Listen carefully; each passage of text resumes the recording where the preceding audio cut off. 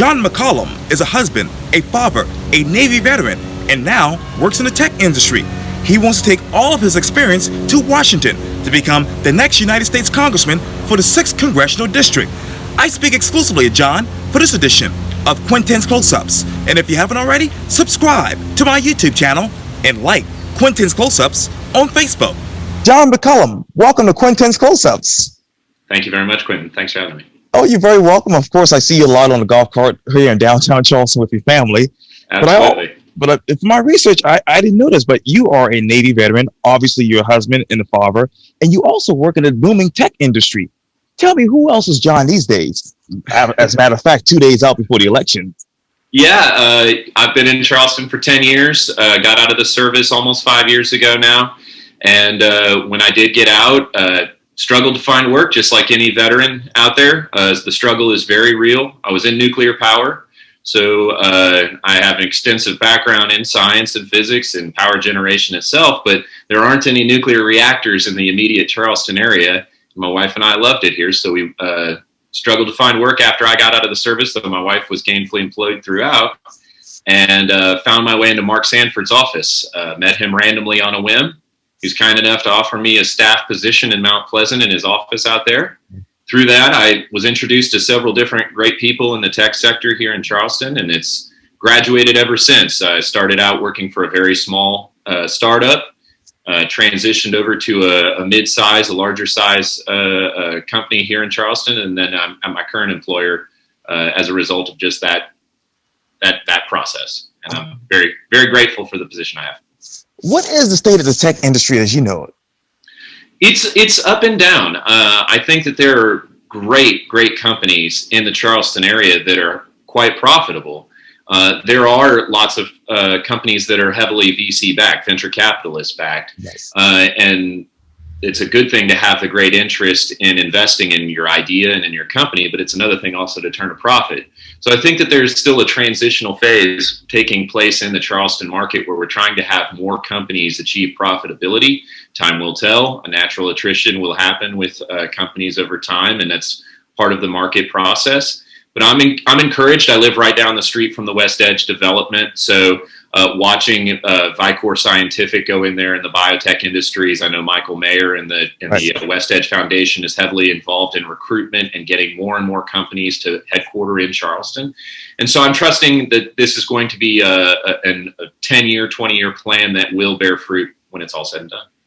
And, you know, I buried the lead in the beginning of this particular interview. Obviously, you're running for the 6th Congressional District against current United States Congressman Jim Clyburn. And just last night, I went back and read your newspaper article, or opinion article, that is, from the Sumter item. And obviously, the headline reads this: "Why am I running for Congress?" You said this quote: "Like many of you, I love our country. There's nowhere like it on earth. Commonly referred to as the Great Experiment, the United States of America is far from perfect.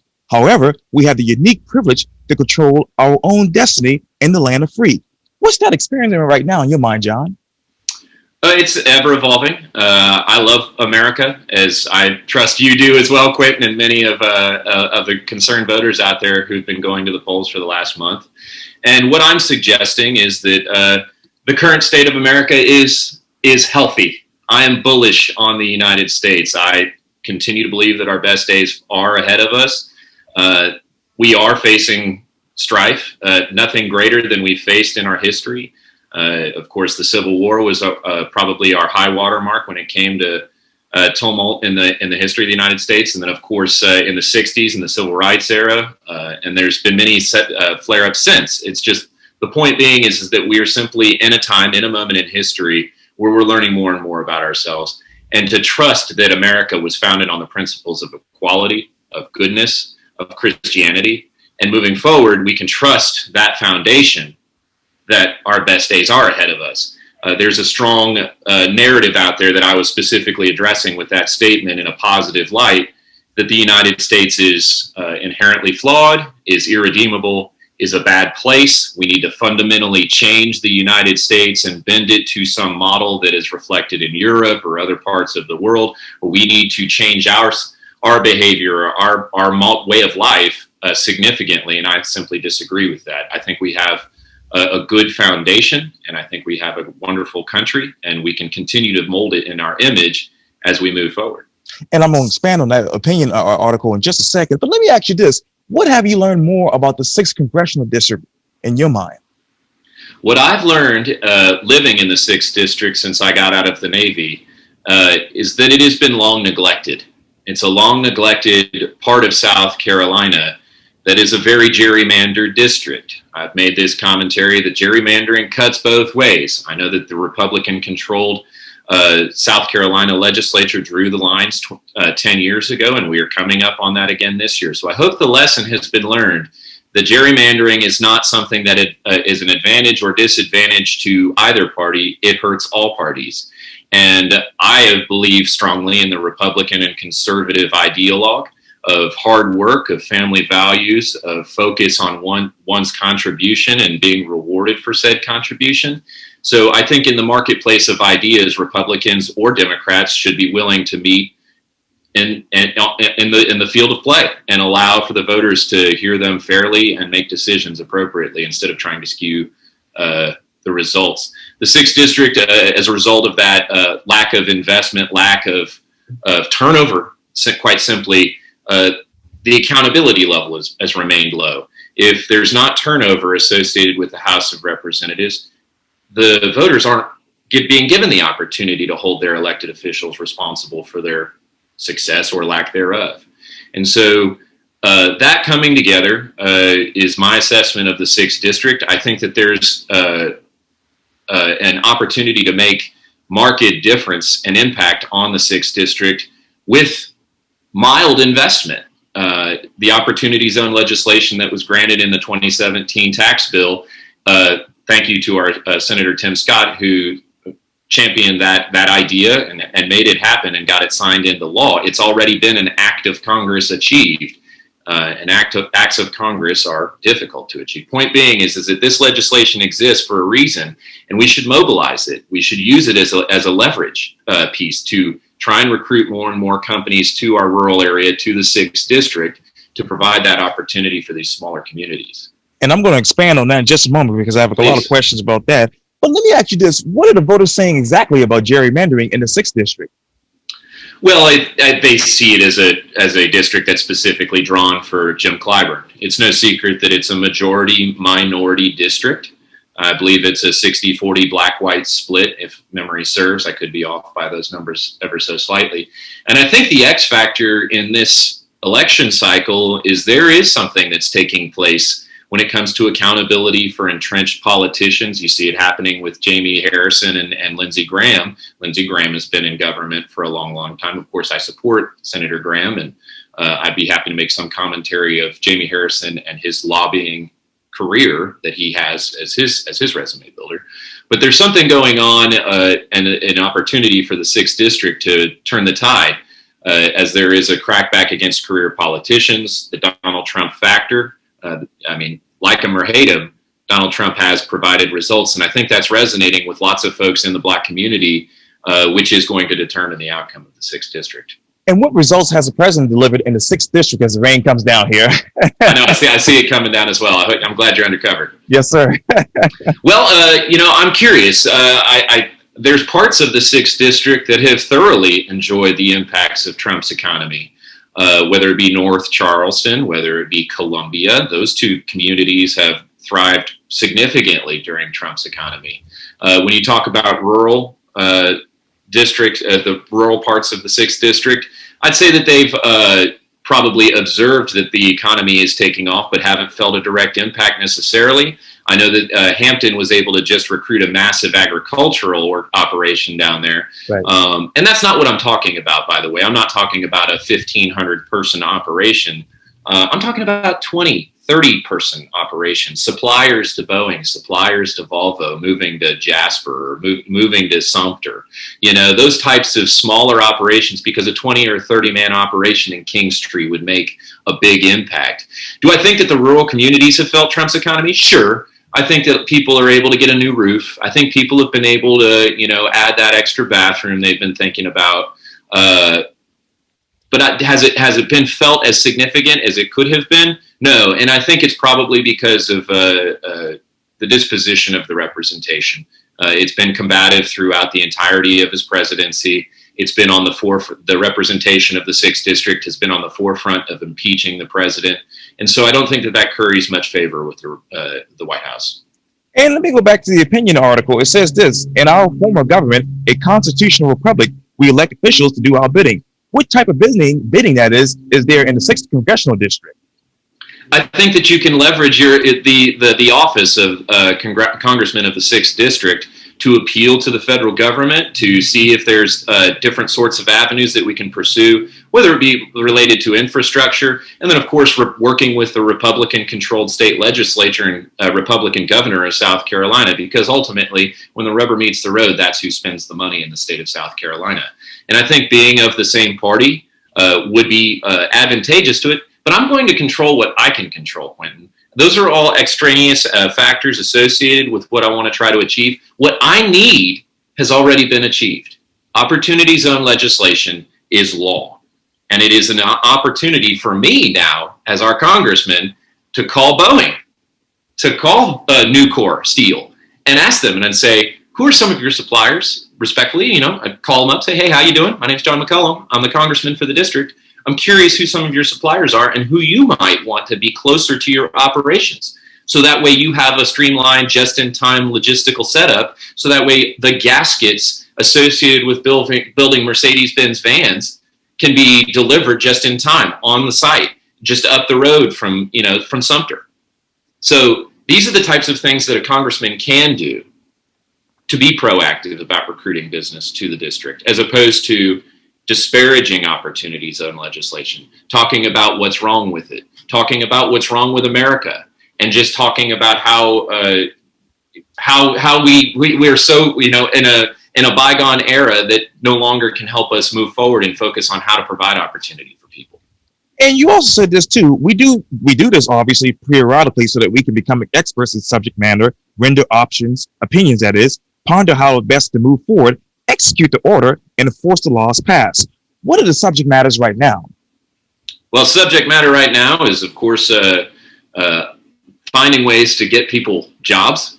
And when you get them a job, they get health coverage, and health coverage being principal amongst it, overcoming the COVID crisis, race relations in the United States, and as it relates to policing in general. And these are all different subject matters that need to be pondered, that need to be discussed, which is why I was disappointed that I wasn't able to have an open forum and an open debate with Mr. Clyburn to discuss some of these very important issues. I can write a static opinion piece and share my thoughts generally and broadly about particular issues, but unless you have somebody else that you can calibrate your opinions against, then it's really a one-way conversation. This needs to be a two-way conversation to find complicated solutions to complicated problems.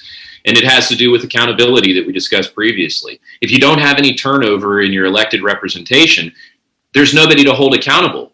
If I keep going back to Walmart and they're rude and the aisles are messy, and the products are terrible, but I have no other store to go to, well, then Walmart never has to be held accountable to my patronage. They don't have to respond to my complaints because there's nowhere else for me to go. But if there's an option, if you can actually choose somebody and say, well, we've assessed it, we've looked at it, I'm not satisfied with the results, what is my alternative? Well, I'm your alternative. What is that two-way conversation about policing in the 6th Congressional District? And what are the options? I actually think that I can only speak to community policing that I've observed in Charleston. I live in Back to Green. I live right next to the Gas and Green housing projects. There have been 7 murders in the last 5 years within 2 blocks of my house. Actually, check that 8 because of the most recent killing that happened at the Gaston Grocery at President and Bogart. Right.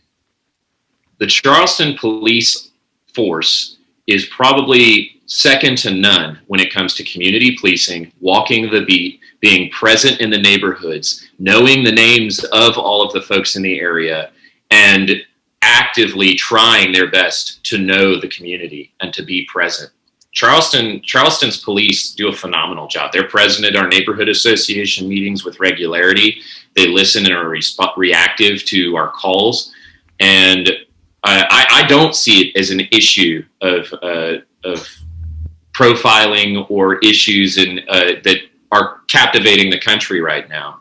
I think that it's an overreaction that's fueled by a media narrative that wants us at each other's throats, that wants us to destroy the communities because it sows the seeds of chaos and flies in the face of the current administration.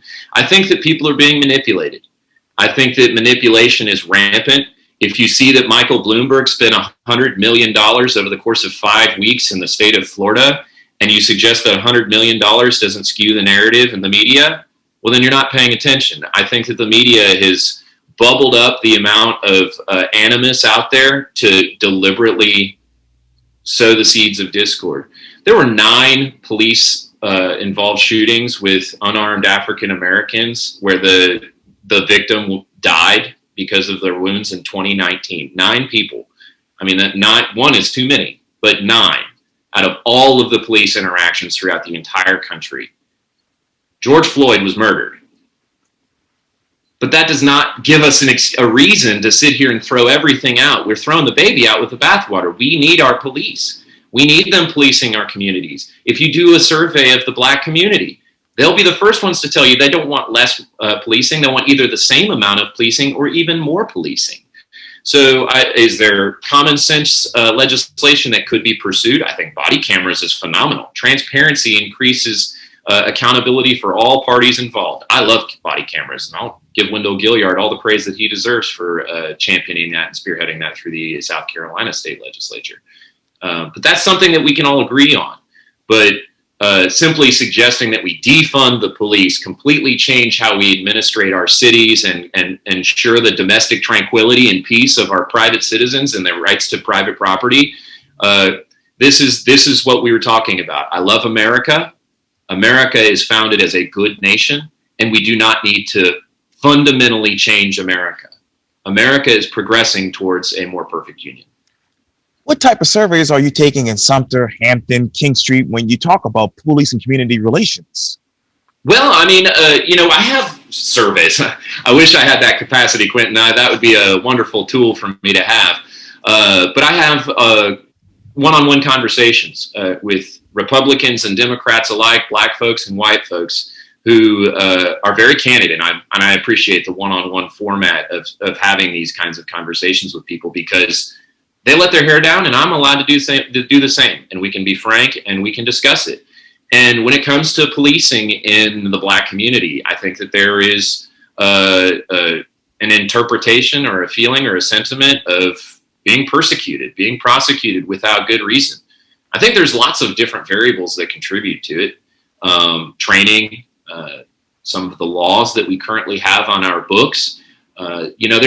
There's a selective enforcement of the law that's been taking place in Charleston, in the United States, generally speaking, even on the federal government level. We have laws that apply to some people, and we have other laws that don't apply to other people. And that cuts all over the place, whether you're Black or white, rich or poor, or anywhere in between. We have certain laws that we enforce and certain laws that we don't enforce. My argument, and as a citizen, and also as a would-be statesman or a representative, would be, if they're the law, then enforce it. If we don't want it to be the law, then it shouldn't be the law. If we don't want to enforce it, then it shouldn't be law. It's quite simple. If it's against the law, enforce the law. If we don't want that to be the law, then it shouldn't be the law. And let me reread what you just said in the something item. You said this quote: "We do this periodically so that they can become experts in subject matter, render options, ponder how best to move forward, execute the order, and enforce the laws passed." With those subjects, John, how do you render your opinions? Well, my opinions are I think, pretty pragmatic. I'm a father, I'm a son, I'm a brother, I'm a husband, and I'm a concerned citizen. So I've got a foundation that's rooted in a Christian background. I grew up in a divorced home, so I understand the struggles of domestic life as well. So I know that there are no such things as pure innocence. It always takes two to fight, but it also takes two to get along. And so with that foundational background, I'm an American. And those are the types of experiences that I bring to ponder the subject matter, to render opinions, and to give guidance on how we should best legislate. But I think there's a big part coming up there in that piece that you're reading, Quintin, that also says, then you go home. Go home. You go, you study, you render opinions, you either advocate for or against particular laws, and then when it's all said and done, go home. Go be a citizen again. Go live under the laws that were passed or not, because it holds them accountable to their own work as politicians. That's important. It's important to the American experience. We shouldn't have this elite ruling political class who the laws don't apply to. And I mean, I can cite Hillary Clinton. I can cite this Biden situation, who is being otherwise ignored, is a former nuclear officer. I have to throw that in because I am a former nuke myself as well. I could hear him talking and articulating with great detail and intelligence. And I said, he sounds like a nuke. Turns out he was a nuclear officer. But the point being is that there's a level of accountability that's just not happening. Whether you're a political party, partisan, or and a part of that elite class, or you're exorbitantly wealthy, or if you're dependently poor, and the enforcement of the law and the lack of due process associated with your experience. Let me ask you this. How do you ponder the Hunter Biden investigation and determine how to best move forward for the constituents of your district? Well, I think that needs to be handled by the Department of Justice, and it certainly looks and smells and seems as if there were major violations of the law, and if that's the case, it should be pursued and executed. And what violations are concerning you right now? Well, of course, this is certainly tangential to the my own congressional race, but it is the federal government, and I'm very much so paying attention to it. As it would seem, Joe Biden facilitated and otherwise was aided and abetted in his own son's selling of access to his office, which I don't think is uncommon for entrenched, established politicians on either side of the aisle. I think it's actually regular business as usual when it comes to Washington, whether you be a Democrat or a Republican. In this case, it's clearly Joe Biden and his son Hunter. Do I think it's despicable corruption? Yes. But I think what's been rumored, and what I believe is probably accurate, that would be the greatest travesty or violation of the law, is if what's been accused is true. Hunter Biden wasn't just selling access to his father to the Chinese. He was actually guiding them to purchase specific contractors in the United States who have patents to our military weapons. There's a reason that they're now building a stealth bomber that looks just like our B-2. It's because they've actually purchased strategically specific companies that hold patents in the United States to our most top secret military weapons. And as you know, there's a lot of military facilities around the Low Country. When you talk to your constituents in the 6th Congressional District, how concerned are they about this particular person, Hunter Biden? Well, it depends on which side of the aisle you ask, Quintin, obviously. If they're a Democrat, they don't think it's an issue because they hate Donald Trump so much. If they're a Republican, they're all over it, and they think it's just a rinse and repeat Hillary Clinton special exception, special treatment, skirting of the law. I mean, I took personal offense to what happened with Hillary Clinton because, they're just emails. No, they're classified material, and we have top secret clearances here in Charleston to be on the Naval Weapons Station. If I were to bring anything, a scratch notepad that wasn't even classified, but it had some sort of classified material on it. If I would have left the compound personally while I was in the service and brought it home with my lunch bag, it would have potentially sent me home to my hometown in Leavenworth, Kansas as a prisoner. And Hillary Clinton didn't just bend that law, she totally broke it off. And as a result, nothing happened. And so the double standard of justice, I think, applies at the highest level. But as it drills back down, again, coming back to the 6th District, when it comes to an unequal enforcement of the law, I think that it doesn't matter who you are, what color you are, or what economic background you have. I think that an equal enforcement of the law is what we should all seek. And let me reread this question. How do you ponder President Trump's taxes and determine how to best move forward for the constituents of the 6th Congressional District? I absolutely support the Tax and Jobs Act of 2017.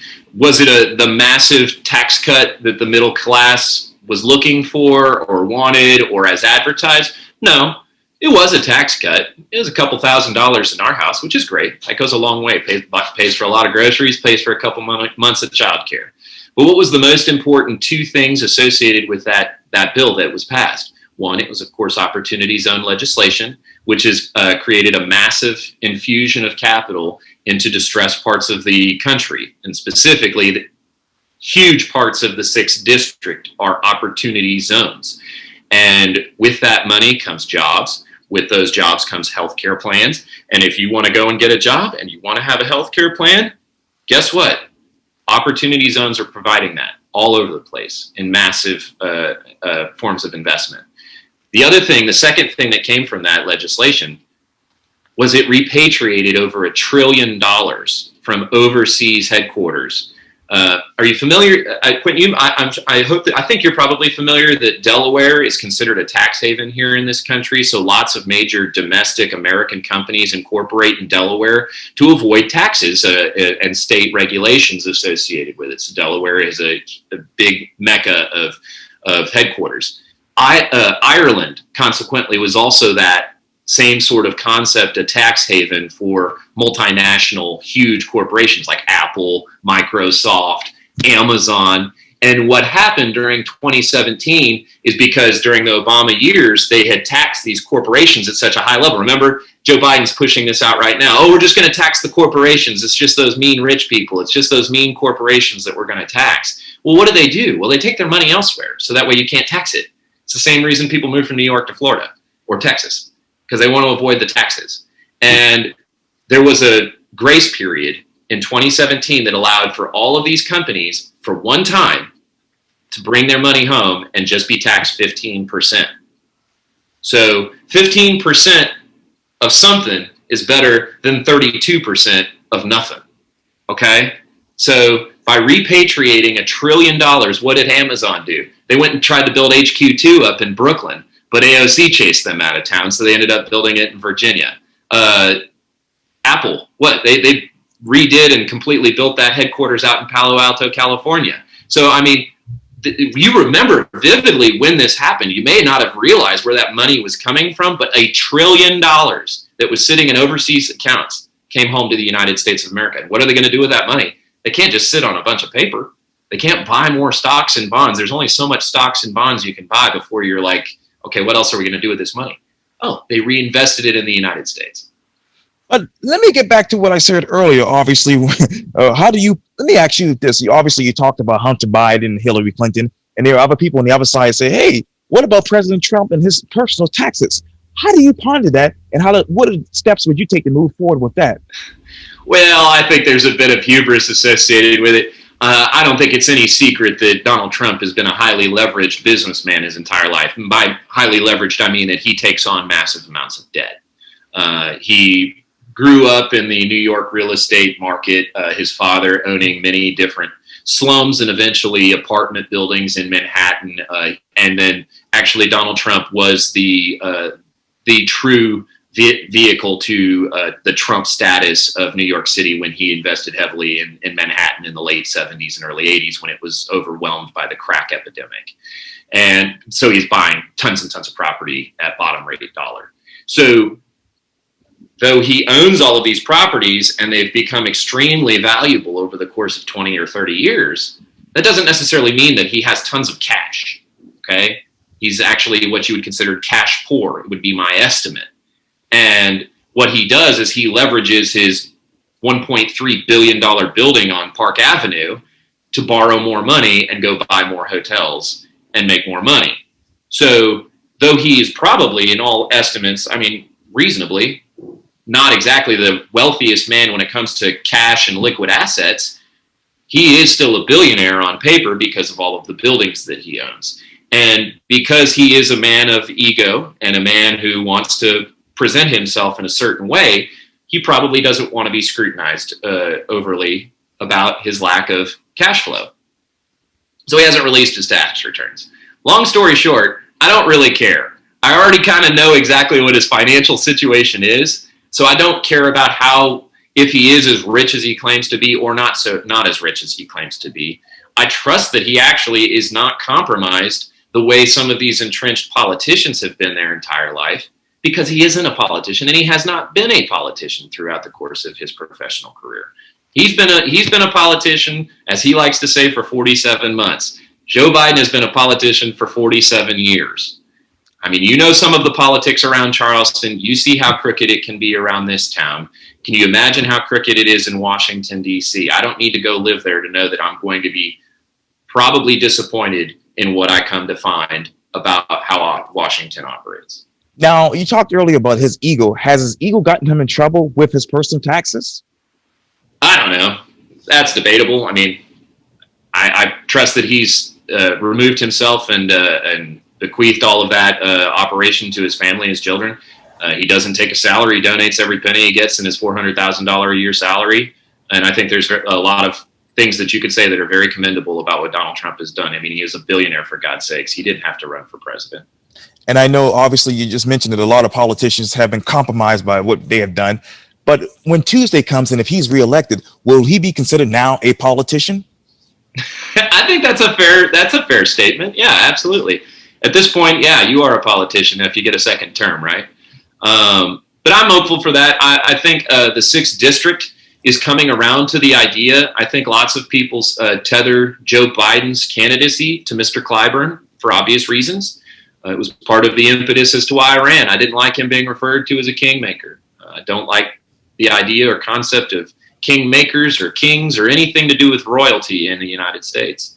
So that was one of the things that pushed me over the edge. But I think the 6th District is going to come out and probably surprise. I think Joe Biden will win overall the 6th District, but I think that there will be a lot of people who vote for Joe Biden but also don't vote for Mr. Clyburn.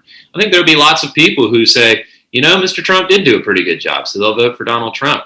And then they'll also end up giving me a look as well. I think there's going to be a lot of split ticket. And then turnout's really going to be a huge factor. Now, obviously, a lot of people obviously call Congressman Clyburn a kingmaker. What would you be considered if you're elected to Congress? John McCollum, just a guy. I'll go out there. I'm a low risk investment. I mean, you figure as much money as has been paid to Mr. Clyburn over the course of 28 years. Each congressman actually gets $1 million every single year budgeted to them so that they can run their constituent services and have a footprint, have offices, hire staff. Right. So, I mean, that's $28 million just with rough cut math. And then you multiply that by Mr. Clyburn's $170,000 a year salary. He's quite an investment for not much to show for it. Whereas if you just give me 2 years, I'm a low risk investment. And allow me the opportunity to go prove to you that actually there is promise in the United States. There is promise in the American experiment. There is promise in opportunity zone legislation. And I trust that Donald Trump is actually going to win in quite commanding fashion. And elect somebody to go be the representative of the 6th District that's willing to work with the president, whoever it may be, actually. But I have strong confidence that it's going to be Mr. Trump. And you talk about those constituent services. What exactly those services right now that are needed in the 6th Congressional District? You know, I don't know. I've never personally needed constituent services when it comes to my congressman. I was exposed to it when I was working in Mark Sanford's office for a very brief period of time. So I don't want to overdo it like I was a significant part of their operations. But we worked in his office during the 100-year flood. Right. And lots of FEMA processing, paperwork needed help with that. The VA always needed help with the VA, much less now than ever due to the VA choice. Thank you for having that signed into law, Mr. Trump. VA choice is huge if you're a veteran. Research VA choice. Point being is that there's lots that can be done. I've heard lots of complaints about the lack of responsiveness associated with Mr. Clyburn's office.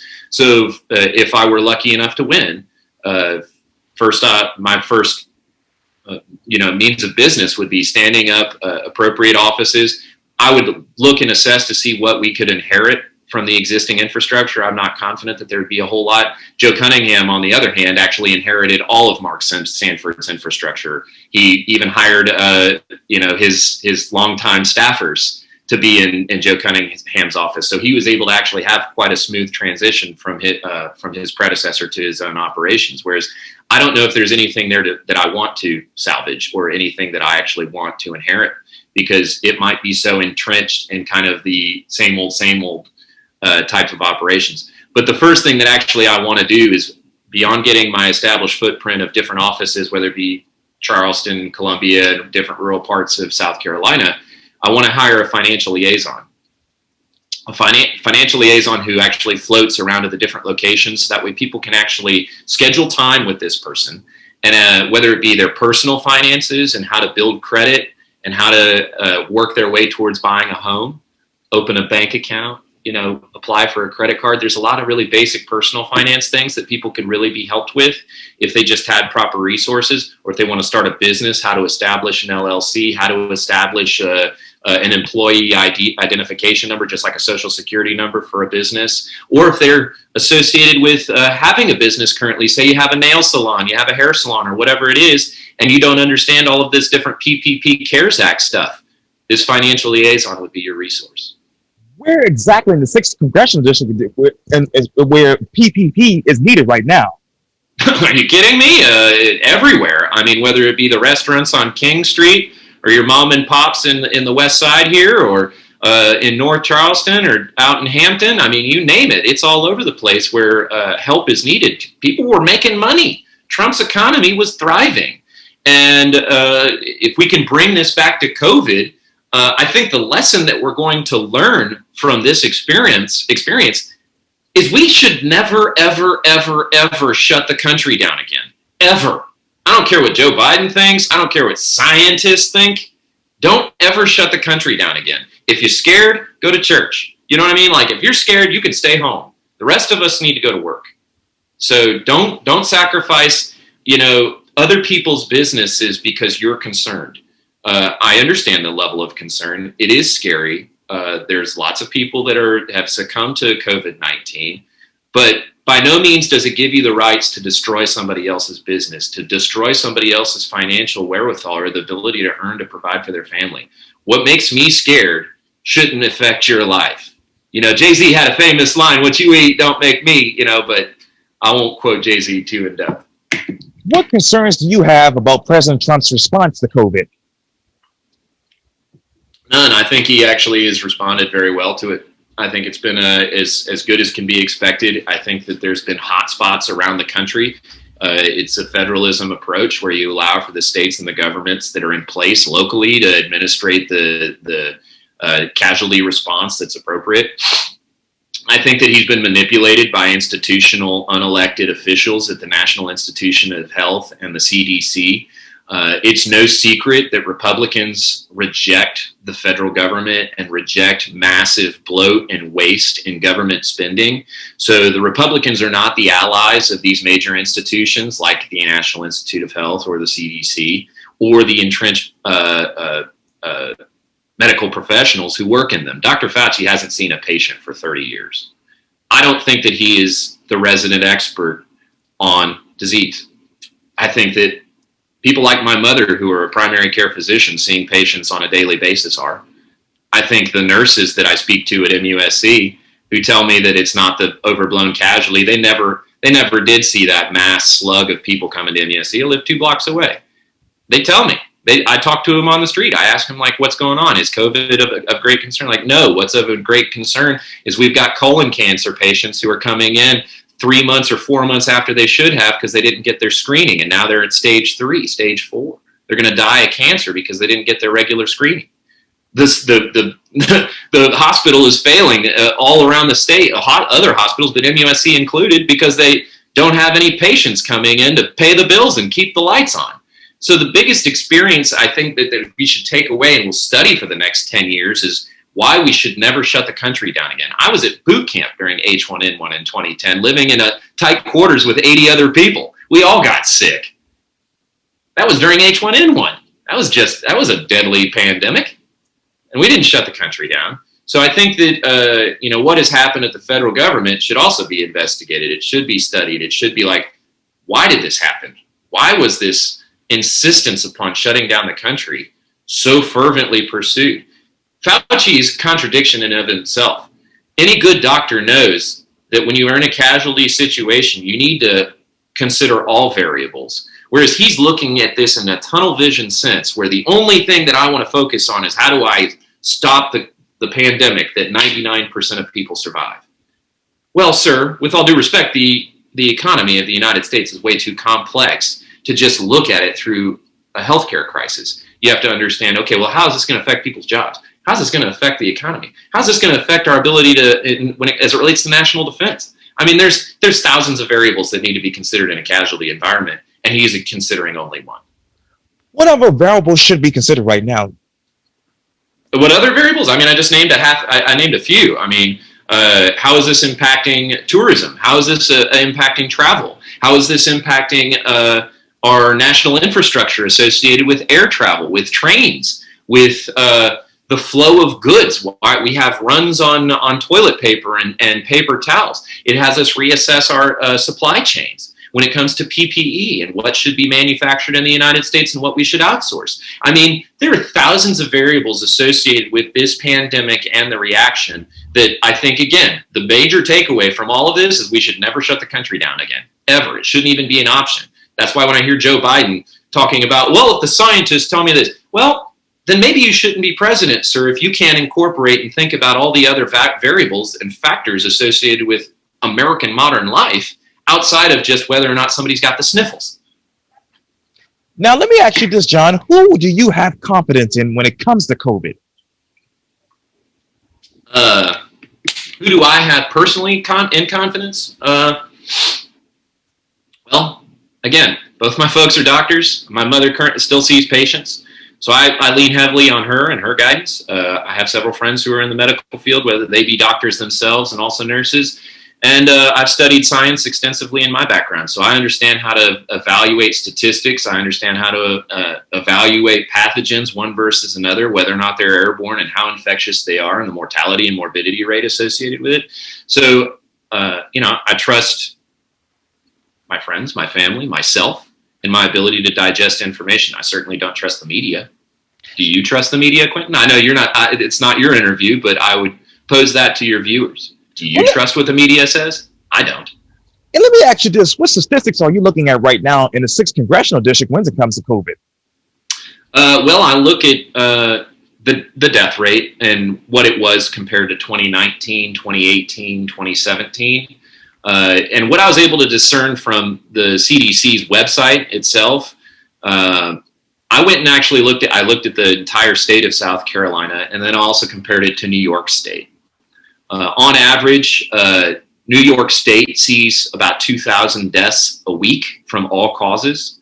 And I went and looked at that window from April to May to see what had happened. And there was a marked difference. There was a perfect bell curve that actually was a spike in the incidence of death in New York State. I cite New York State because it was considered one of the major epicenters of this disease.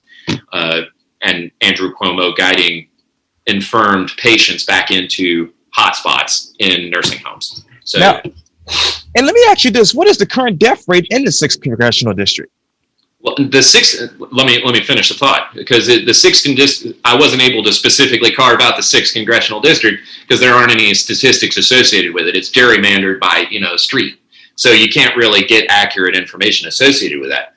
But in New York State, they had a perfect bell curve where you saw there was an incidence of death, okay? When you look at South Carolina, there's 1,000 deaths a week, and it's about between 1,000 and 800 deaths a week from spring to summer and back again into the winter because of flu season in the winter. And was there an incidence of a spike of death? Yes, but was it for the entire state of South Carolina? But was it cataclysmic? Did it rise to a level where we needed to shut down all commerce and all travel in the state of South Carolina? No. And when it comes to the incidence and occurrence of death, because this has been a big discussion point when it comes to COVID. Did they die of COVID or did they die with COVID? And this is something that we will be studying and debating for the next 10 years, I imagine, is, okay, if somebody came in and they weighed 350 pounds and they were a heavy smoker, okay, 350 pounds, so morbidly obese and a heavy smoker, dies of COVID. Well, did they die of COVID? Or did they die because they're morbidly obese and a heavy smoker? Well, in America currently, and this is what Donald Trump's currently talking about, they code that as COVID because you receive roughly $25,000 or $30,000 more in insurance money as a hospital when you code a death as COVID. That's part of the legal processing of finance. That's how money influences everything. And you need to follow the money, generally speaking. And this is what we need to study. So somebody who is 350 pounds and a smoker, well, they could have just as easily died in 2019 as they could have died in 2020. So that's why I compare it to, okay, what were the total deaths from all causes, whether it be heart attack, car wreck, hit by a train? You know what I mean? 2019 or COVID, comparing the 2 years, there's not a market difference. There's not. And let me ask you this quickly. I know we have to wrap it up, but let me ask you this. What is the current unemployment rate in your district? I don't know those numbers off the top of my head, but I imagine they're significant. How much tax revenue has the district lost in the past 6 years? I don't know. Do you know those numbers off the top of your head, Quintin? If you're mentioning them, I would presume that you know them. Let me ask you this. What is your relationship with the constituents of the 6th Congressional District, I should say? Well, I am a 6th Congressional constituent, and my relationship has actually blossomed significantly.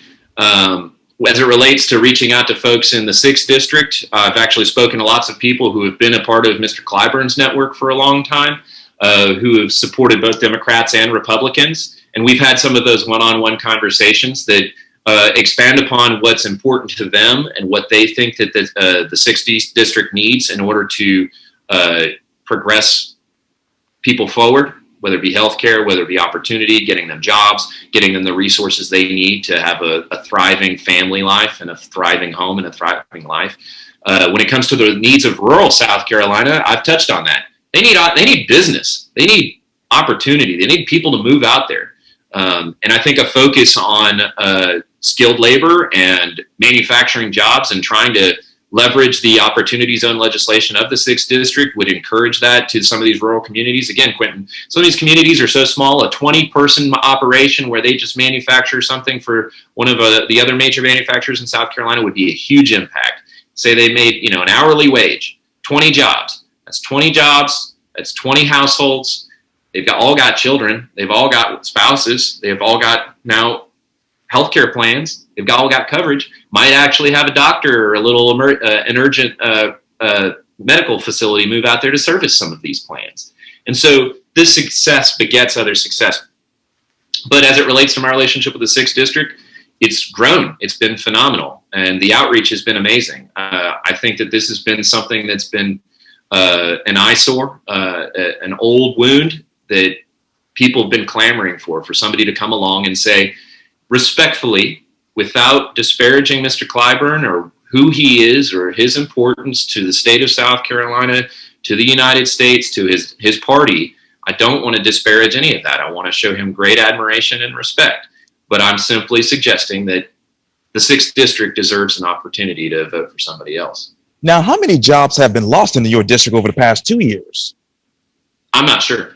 I would say that until COVID, there was probably a significant gain of jobs in the 6th District specifically, whether it relates to the impact of Volvo as it relates to, because it's not technically in the 6th District, it's right there on the border in Ridgeville.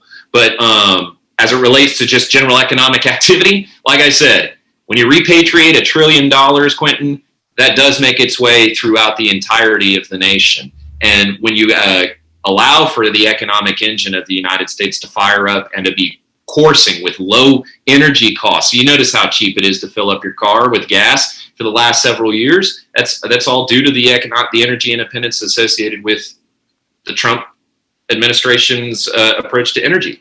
I mean, so people have been getting new roofs. People have getting their house painted. People have been, calling up a plumber to get a toilet fix that they've been, putting off because they got a little extra money in their pocket.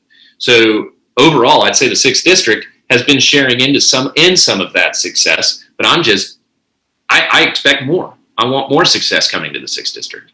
And where were those gains before COVID? Before COVID hit, it'd be inappropriate for me to speculate. I don't know off the top of my head. John McCollum, thank you so much for your time. And again, welcome to the award-winning Quintin's Close-Ups. Thank you, Quentin. Thank Great you. day. Likewise.